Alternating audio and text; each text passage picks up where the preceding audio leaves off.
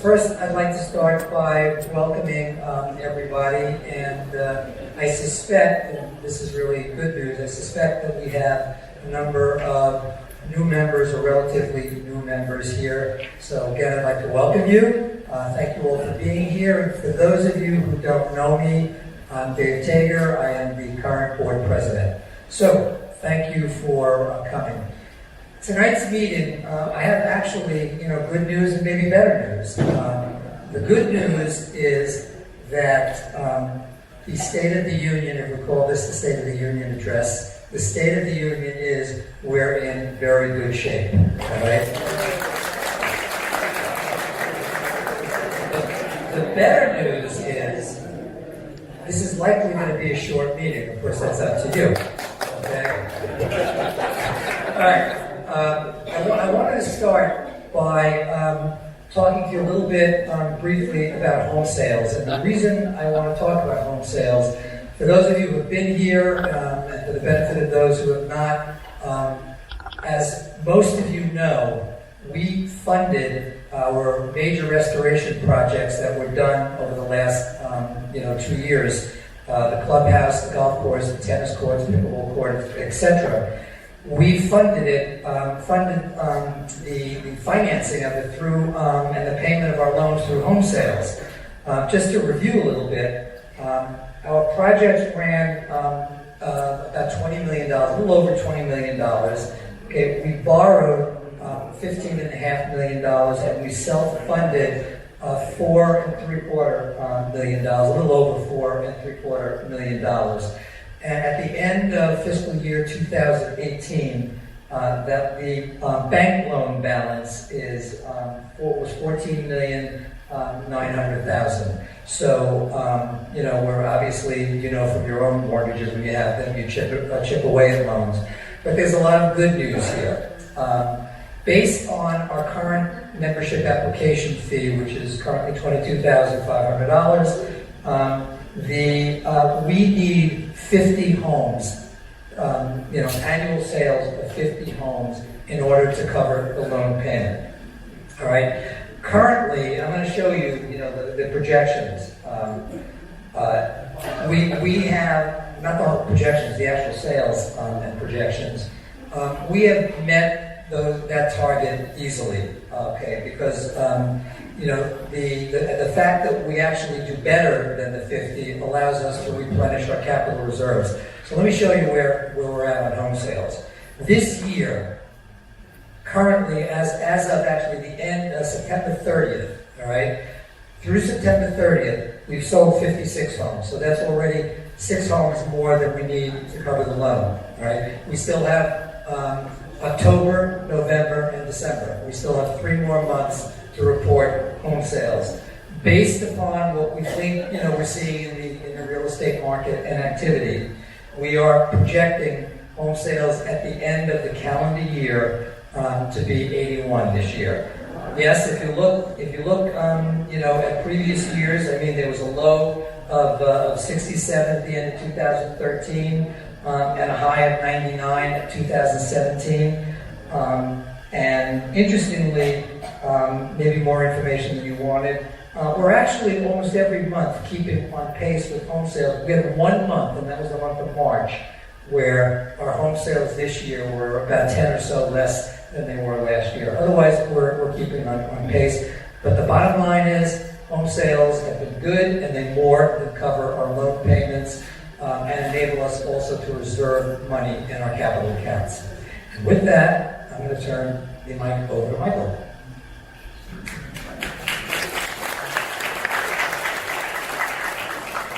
Good evening, everybody. All the slides are going to be sent to you via blast email. There'll be a recording of all of these things from the meeting too, so I know you can't see everything on the slides, but know that it will be sent to you so you can on your own computers. Couple things right here. Budget assumptions. As you all know, we are here to share with you what the plan is for the 19-20 fiscal year that starts December 1, and how things are going with the current fiscal year on 18-19, which ends November 30th.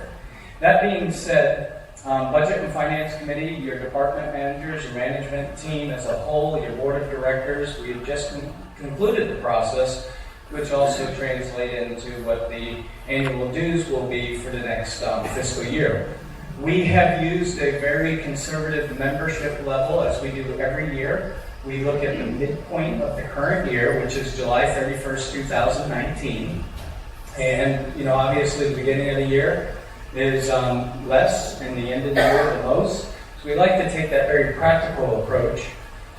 We also incorporate resignation trends, and you all should be very proud as a membership, even though there are several people that have the ability to resign their membership. We have been averaging less than 30 membership resignations a year. And that's something that membership retention is excellent at Aberdeen Golf and Country Club, and something, again, you should be proud of. But we have put those trends into the budget assumptions. We have the net downgrades and upgrade trends every year. There are individuals that, for whatever reason, that may decide to downgrade their membership, and those that decide to upgrade their membership. So we keep the trends from the prior years incorporated into the next. In the membership growth, as you all know, the beginning of the year starts December 1, and there are home sales that occur after December 1, or upgrades. All of that growth trend from year to year, we factor that into the budget plan. The singles members discount and the baby boomer discount. Those trends all included. Membership levels, you can't see this, but I'm just going to give you some information here. You look at it later. When it comes to when we prepared last year's budget at this time using the July 31, 2018 numbers, we had 997 memberships total. That being said, this year when we were preparing the budget for next year, we have 1,049 memberships. So again, very good things that are happening at Aberdeen Golf and Country Club, as David said, with the home sales report. And you'll see here that we've factored those trends into the budget as we do each year.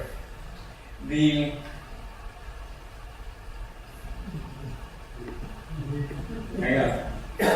One more time. I think Austin pushed something I didn't that doesn't like either one of us. There we go. Okay. Couple things. We had a great response from you, the membership with the dining enhancements we did last year. It is part of the phases that we've communicated to you. But part of that enhancement was making more dining and more lounge activities available to you. And the program we had last year was In the Season, which the season of 2019-20 will start November 4th. And we had Panache Brunch and Lunch Sundays through Friday at the clubhouse. We also had the Oasis Cafe Lunch Fridays through Sundays. We have heard you. We understand you would like a totally reimagined menu for that, and the culinary department have been working diligently on that. We're going to launch that mid-November, so you'll see that comes into play on Fridays through Sundays. We also have the Oasis Cafe dinner that we do on Friday evenings. That will also have a new menu.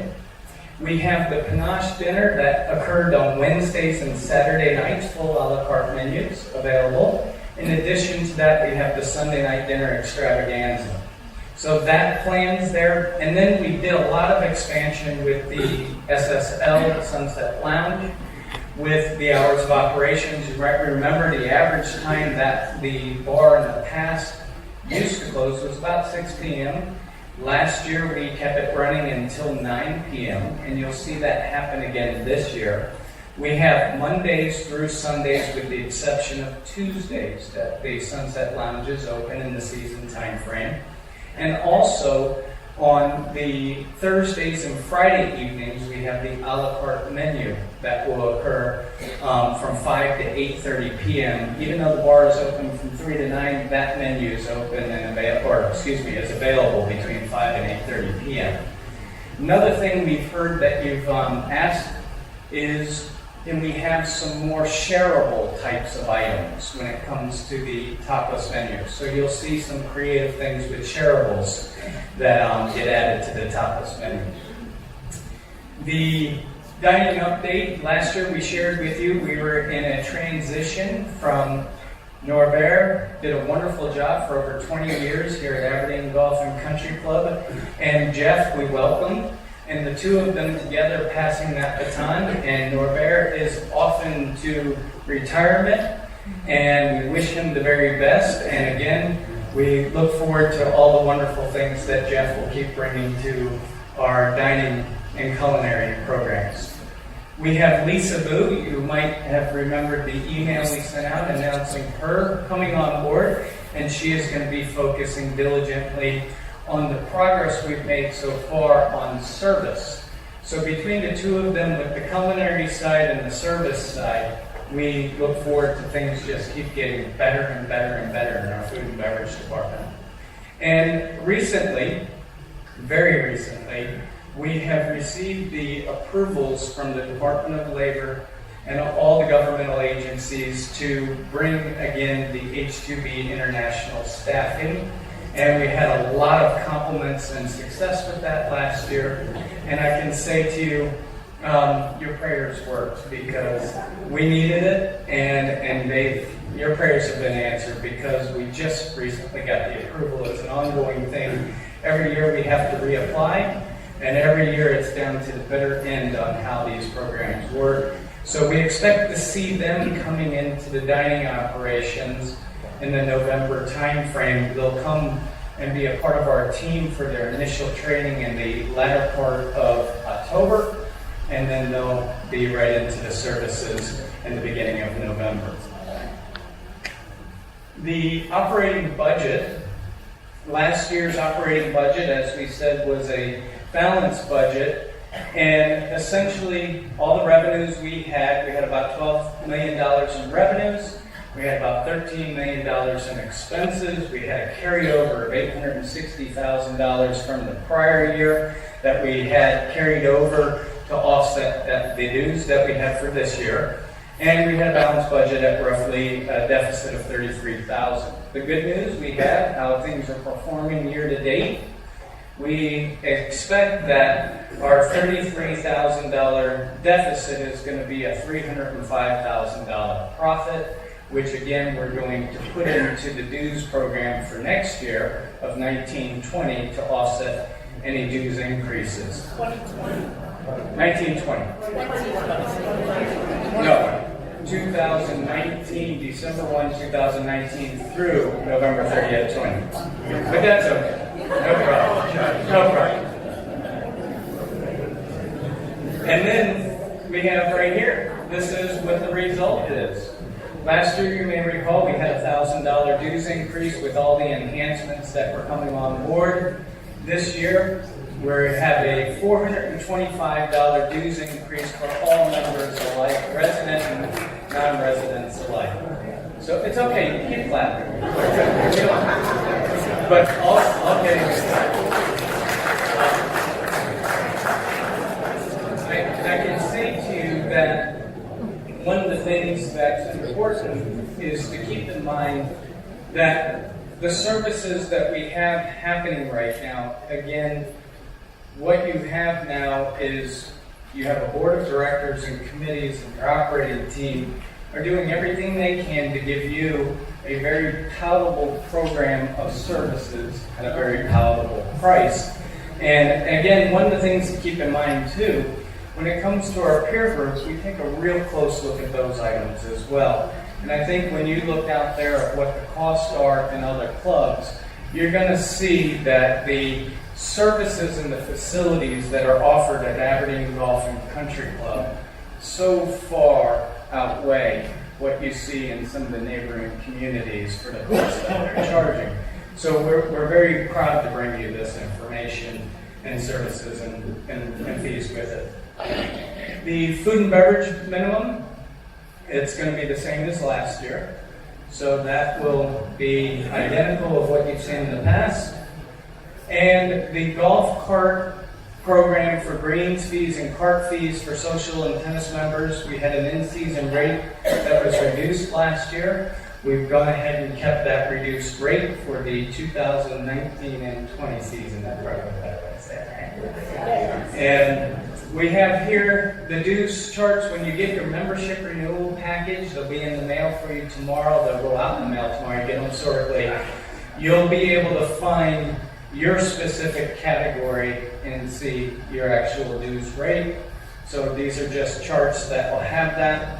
And then the golf cart fee programs for those members that do elect the golf membership, you'll see that all of the programs of cart packages are identical from last year to this year. And monthly capital contributions. Since 2014, they've been at these rates, and they're going to be at these rates again for 19-20. As David mentioned to you before, our home sales are doing very well with the golf, tennis, and clubhouse restoration projects, and we're able to continue to replenish capitals and prepare for things. It's another thing I hope that you all recognize, very few clubs out there are doing these types of improvement projects to refurbish their facilities without an assessment. And again, you're seeing here that we're not in a position of needing to assess you for these types of improvements. And that brings us right to questions and answers. So I hope that's helpful to you.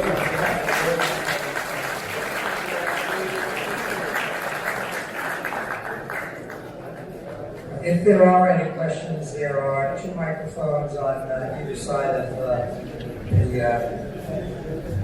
theater, so the sanctuary. So if anybody has, and if not, thank you for coming.